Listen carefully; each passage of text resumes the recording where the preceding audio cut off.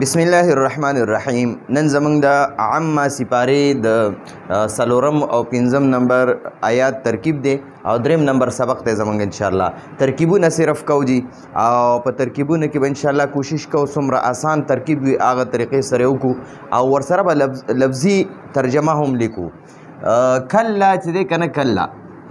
نو دې ته حرف ردا وایي، حرف ردا یا حرف زجر، حرف ردا یا حرف زجر. دلته ورته زه ولیکم حرف ردع، حرف ردع یا حرف زجر، حرف زجر. دا د تنبیه دپاره د خبرداری دپاره. کله معنا ده هرگز نه، هرگز نه. یا که دا د حقا په معنا کې واخلې نو یقینا یقینا. سیعلمونه کې دا سین چې دی که نه سین دې ته مونږ وایو سین برای قریب، برای قریب یعنی دا د فعل مضارع نږدې وخت راواړی. سین برای قریب. یعلمونه، دا یعلمونه چې دی که نه جي دا صیغه جمع مذکر غایب، صیغه جمع مذکر غایب فعل مضارع او د علمه یعلمو باب نه دی، سمع یسمع باب، علمه یعلمو. سیعلمونه کله معنا ده هرگز نه. سیعلمون زر ده چې د دې سین معنا مونږ کوو زر ده. عن قریب، عن قریب مونږ وایو زر ده چې یعلمون په دې کې دا واو ضمیر دا یعلمون فعل دی او دې کې دا واو ضمیر بارز مرفوع محلا مرفوع فاعل دی. واو ضمیر بارز محلا مرفوع فاعل دی. او بعض خلک وایي یاره چې په دې یعلمون کې هم ضمیر مرفوع محلا فاعل دی. خو دلته کې په دې کې دا واو ضمیر بارز، یو ضمیر بارز وي یو ضمیر مستتر وي.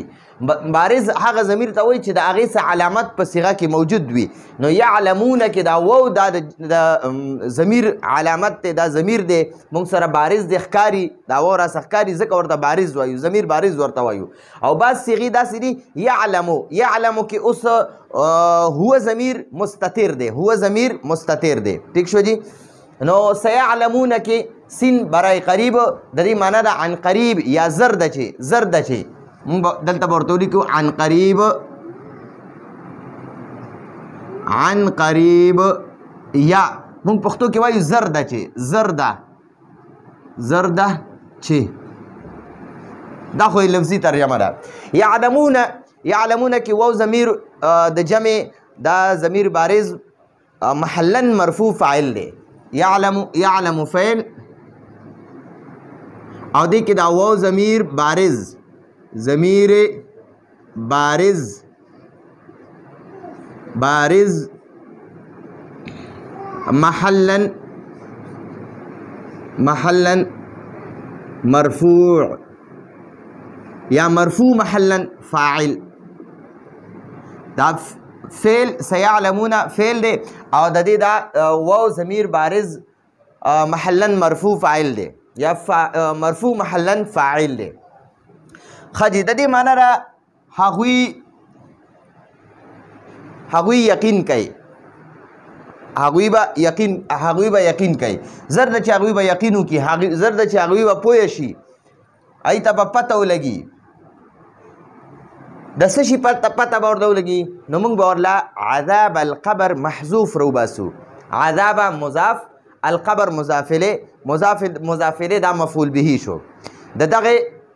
په دې سیعلمونه کې دا واو ضمیر چې کم د جمع دی که نه نو دا د کفار مکې طرف ته اشاره ده چې دا کفار مکه چې دي د کفار مکې د مکې چې کم مشرکین دي کافرین دي نو دوی ته به پته ولګي د عذاب القبر یا نفس الحشر، نفس الحشر. نو دا عذاب چې دی دا مضاف دی، مضاف او دا دې ته مونږ د دې مونږ دا خو ډایرکټ مونږ وایو مضاف او دا القبر مضاف الیه. دا صرف د دې ترکیب دی. اوس به د دې اعراب څنګه وایو؟ عذاب، عذاب منصوب لفظا، منصوب لفظا مضاف او القبر مجرور لفظا، مجرور لفظا.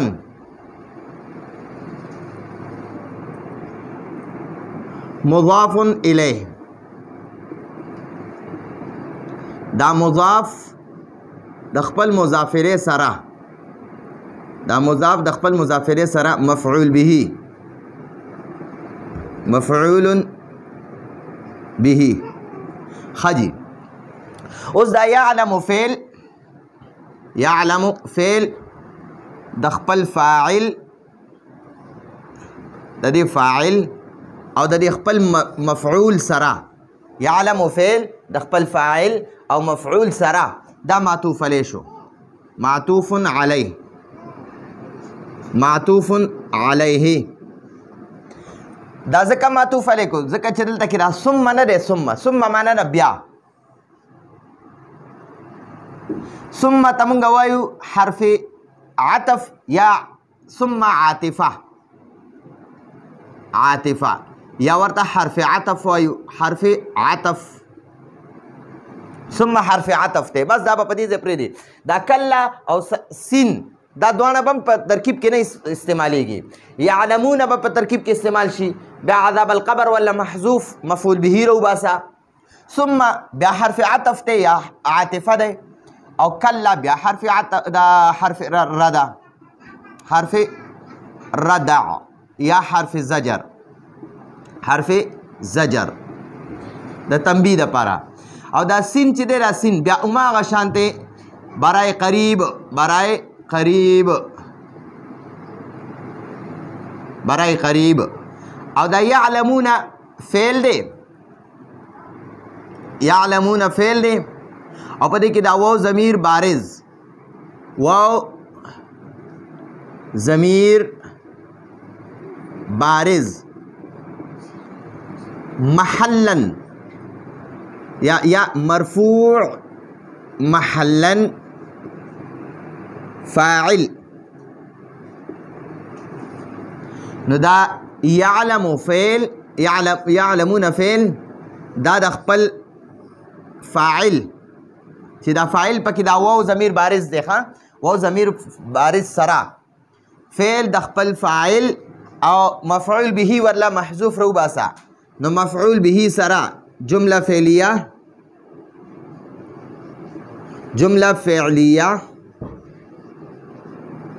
معطوف جمله فعلیه معطوف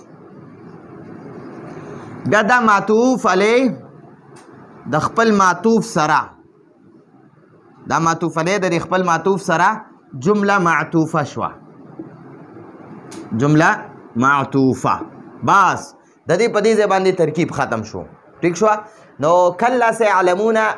عذاب القبر ولا محذوف رو باته ثم کلا سيعلمون ٹھیک شو جی نو دا زمونږ د نن ورځې ترکیب په نن ورځې ترکیب کې کلا حرف ردا دا په پرې دا ترکیب کې نه استعمالېږي سین برای قریب دا په ترکیب کې نه استعمالېږي یعلمون فعل با فاعل دې ته موږ فعل با فاعل وایو یا فعل فعل د یعلمون فعل شو په دې کې دا واو ضمیر بارز مرفوع محلا فاعل شو عذاب القبر ولا دغه رو باسه مفعول به رو باسه نو دا فعل د خپل فاعل او مفعول به سره جمله فعلیه معطوف علیه شو دا جمله فعلیه معطوف علیه شو ثم بیا حرف عطف یا ثم عاطفه کلا بیا حرف ردا یا حرف زجر